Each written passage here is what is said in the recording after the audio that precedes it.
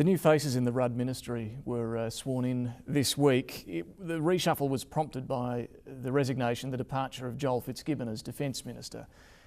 You're close to Joel Fitzgibbon. Did he deserve to go, in your view? Well, certainly I understood why Joel resigned and the incident that we dealt with during the course of the parliamentary week, that he came to the conclusion that viewing what had happened against the ministerial code of conduct, that it was appropriate for him to resign. Clearly, Joel's a friend of mine, and on a human level, it's obviously hard-hitting. It's hard-hitting for him, difficult for him. And I think in their perhaps quieter moments, every member of the federal parliament, whether they be Liberal or Labor, would see a ministerial resignation and understand that that's a very tough thing for the individual involved. I'm sure it was tough when various Liberal ministers resigned during the last government.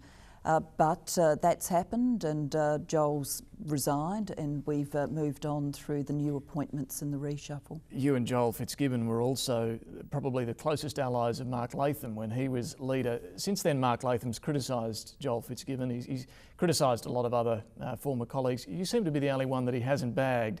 Do you keep in touch with him at all? No, I haven't spoken to Mark in a very long time, and I don't believe Joel Fitzgibbon has either. So when was the last time that you had some contact? Oh, it would be going back a number of years now, quite a long time. Is that an issue of regret for you at all? Well, I think Mark moved out of politics in a spectacular style about which much has been written and much has been said. And since that time, he's obviously decided to live a distinctly different life, and not one connected to the day-to-day of federal politics or connected to the people within it. Kevin Rudd, what's he like to work with? Oh, well, he's fantastic to work with. You would say that. Well, and I'd expect you to say that too, David, to the extent that you deal with the Prime Minister day to day. We're obviously a strong partnership, strong friendship, strong team. It's not an easy business being Prime Minister of the country, being Deputy Prime Minister of the country, and one of the things that makes it easier, I think, for me is that sense of partnership and friendship, and that we're in it together, working through issues as we confront them. He does a remarkable job, someone with a breadth of vision, with an incredible work ethic, with a real concern for this country, and I think people have seen that on display as we've responded to circumstances not of our making, but like the global financial crisis and global recession, which required urgent action. You are a member of the socialist left faction in the Labor Party. I'm wondering if that still means anything to you, and if you can explain what it means to be a member of that faction. Does it make you ideologically any different to Kevin Rudd, who's from the right?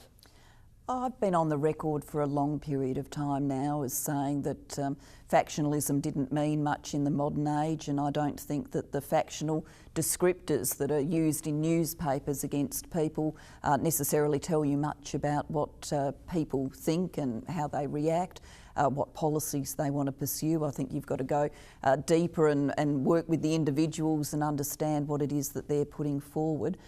Kevin and I obviously have very strong consensus of opinion about the vision for this country. Have you ever disagreed on anything? Look, we have taken different views on some conscience vote issues in the Parliament, for example. Kevin is a person of faith, a religious person, so he's got that in his worldview and his decision making that he brings to the Parliament. So and the religious belief is not for you? Well, I grew up in a Baptist household, so I grew up as a churchgoer, but I'm not a person of active faith the way that Kevin is an adult of active faith, and religion has played and continues to play a big part in his life and his thinking. So we're different human beings, obviously. You mentioned the difference on some conscience issues. There is a debate within the Labor Party about international funding for abortion overseas. Is that an issue that you differ on? Oh, well, we resolved that issue as a government. We resolved it on the recommendation of the Foreign Minister. So that's been dealt with as a government. You know, issues where in the Labor Party or really in the Parliament overall that there's a conscience vote come up very rarely. They are not routine issues, but we have taken different views on those. But, you know, clearly in terms of the work of the government, we have a united view about where we want this country to be, how we want to make it stronger, how we want to make it fairer. And we've had a great unity of purpose, not only me and the Prime Minister, but the Prime Minister, the Treasurer, the Finance Minister, the senior team, as we have responded to the global recession. How long do you think Kevin Rudd will be Prime Minister for? Well, I hope a very, very long time, but there's that decision obviously is in the hands of the electorate, and we never take any of that for granted. Each and every 3 years you go and ask for the trust of the Australian people. Obviously we will do that again in 2010 at the next election. But and you'd be happy for Kevin Rudd to remain leader of the Labor Party as long as he wants? Oh, absolutely. Okay. Let me ask you about the other side of politics. You've faced some interesting and some tough opponents over the years. Tony Abbott, Julie Bishop, Christopher Pyne now. Who's been the toughest? Oh, that's a hard question really. I think Tony's probably the most fun in the sense that there's an eccentricity in Tony's character that makes him interesting each and every day and each and every encounter, and we obviously debated each other every Friday morning on the television for a long period of time. So Tony probably the most fun.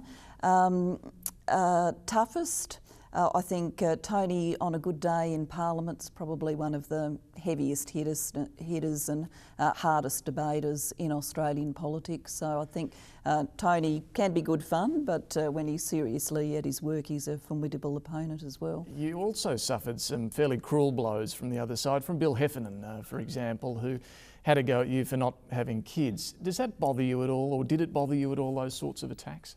It doesn't bother me individually. It doesn't sort of, you know, distress or worry me.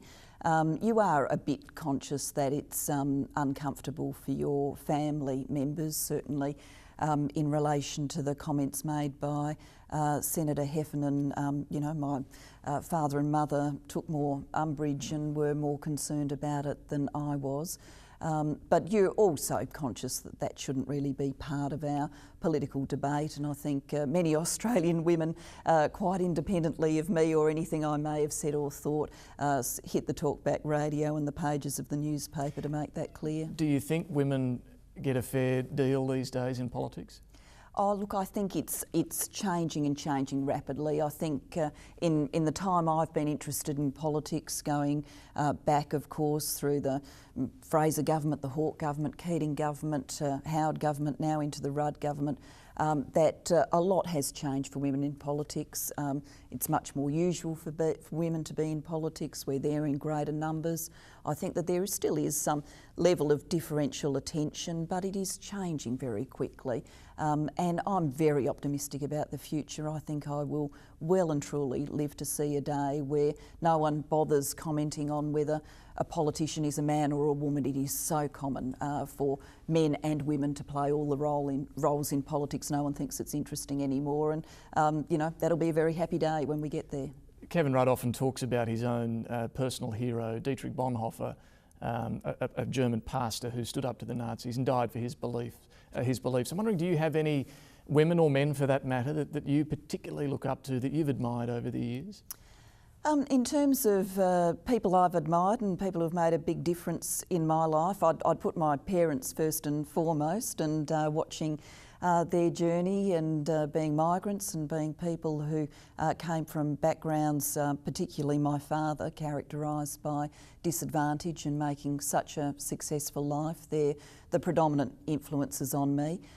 Growing up in South Australia, I think Don Dunstan was a remarkable political figure, possibly not as much remembered as he should be. Coming from South Australia rather than one of the eastern seaboard states, maybe you get left out of the history more than you should. But he took, you know, a state like South Australia, and everything today you would associate about South Australia's modern age: food, wine, arts, the cosmopolitan feel to Adelaide streets. That's Don Dunstan, and when he did it, it was a revolution, and for a quiet state like that, an amazing act of leadership, and the state followed him. So he's always stood out in my mind as an important figure. And I obviously grew up in some ways politically and personally in and around Joan Kerner. As a university student, I shared a house with her son David, and so I got to know Joan Kerner as David's mum. She just happened to also be the Premier of Victoria, and having that kind of window into her world helped shape my views about politics. A final question, Julia Gillard. Is there any one thing you would like to achieve in politics? Any grand ambition, any particular change you would like to see in Australia? Well, I'm getting the opportunity, piece by piece, part by part, to remake the education system in this country, and if I could, in the years beyond politics, look back and say to myself that there were kids who were getting a go in education, getting a great education, getting to go on to post-school education and to university because of some of the things I put in place, that would be enough for me. Julia Gillard, thank you. Thank you. Thank you very much.